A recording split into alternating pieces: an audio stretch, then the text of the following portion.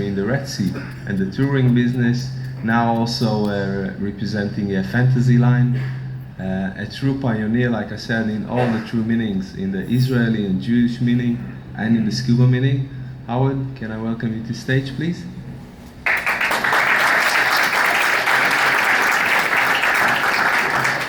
Good evening, Erev Tov, Shavua Tov. Luckily, they're going to let me speak in English today. So, first I just want to say, as a personal note, I've been involved in the diving business in Israel for almost 50 years.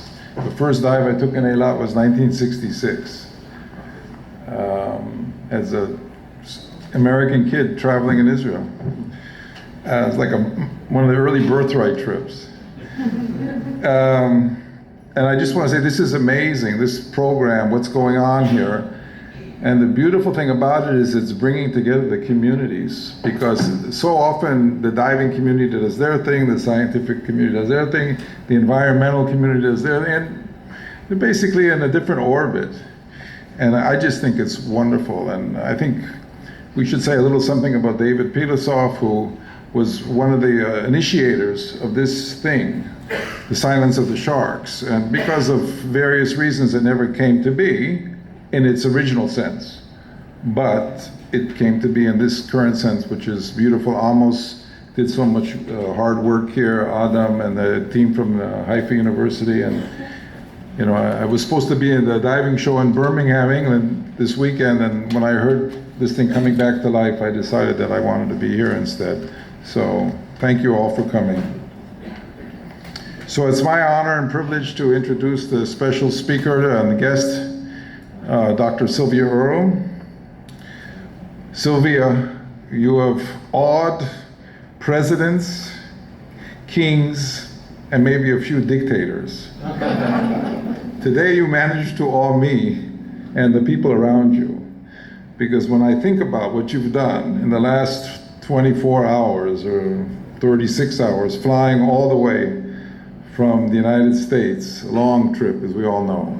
Then at the airport, Stephanie picking you up and driving you through 2/3 of the country to Eilat, and waking up at the crack of dawn to tire us out on the coral reefs of the university, and then rushing over to the diver circle.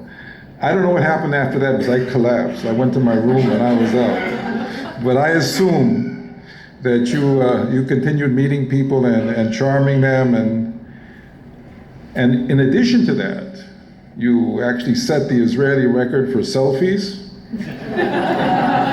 and graciously accepted to being in pictures from everybody, and I witnessed some of it, and your poise and your patience is truly impressive. Dr. Sylvia Earle is known globally as her deepness. It's a name of deep respect and affection that she's earned over 60 years of work. Last month she was on the cover of Time magazine as a woman who is changing the world. That's kind of a serious thing to be, you know, in my opinion. Dr. Earle has led over 100 expeditions. She's spent over 7,000 hours underwater, many in habitat research, you know, living, sleeping under the water, and leading many of these expeditions. She was the chief scientist of NOAA, as we know. She's the scientist in residence at National Geographic. It's such an honor, really, to have you with us. She's founded Mission Blue, and I think you're going to talk more about that tonight, so I'm not going to go into that too much. But you are the preeminent spokesman of the oceans today, globally accepted and appreciated for the work you're doing. And the fact that you've come here halfway around the world for 48 to 72 hours to share your vision, your ideas with us is sincerely and greatly appreciated. So I was supposed to be showing pictures. I got carried away here. So I'm just going to show a few highlight pictures of Sylvia doing what she loves to do, which is happiness, which I saw today. as she went into that first dive early in the morning at the university. So, and she's generally very happy after the dive too. Not always. Maybe she sees something she doesn't like, but usually not. And like I said, we talked a lot about habitats and things like that, and Sylvia was leading all women's expeditions into the habitats.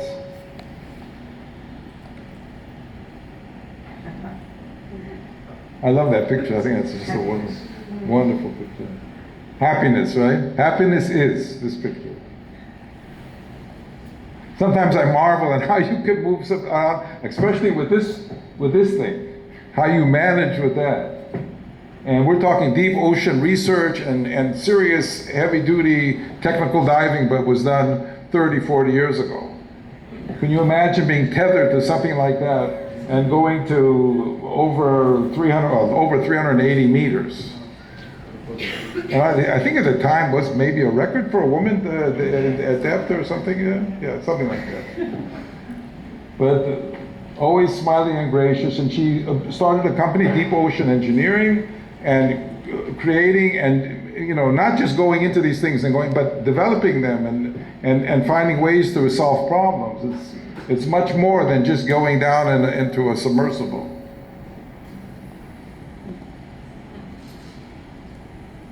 And even recently, studying sharks and being with sharks in a place that I love personally, also the Garden of the Queen in Cuba, and which is one of the interesting examples for those who don't know it, because Cuba has been outside of the mainstream of Caribbean tourism for so many years. It was like a time warp. So to go there now, you can see the beauty of the Caribbean as it was 50 years ago.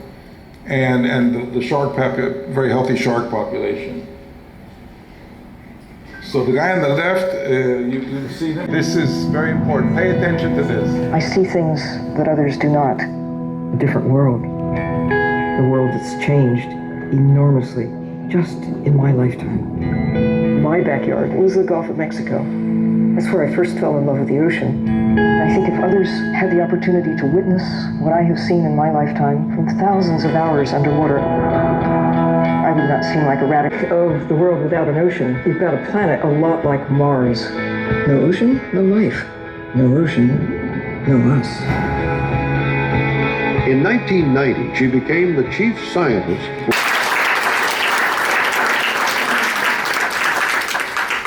I am immensely proud and thrilled to have the honor as a man of the sea to introduce a true eco warrior and pioneer, Dr. Sylvia Earle.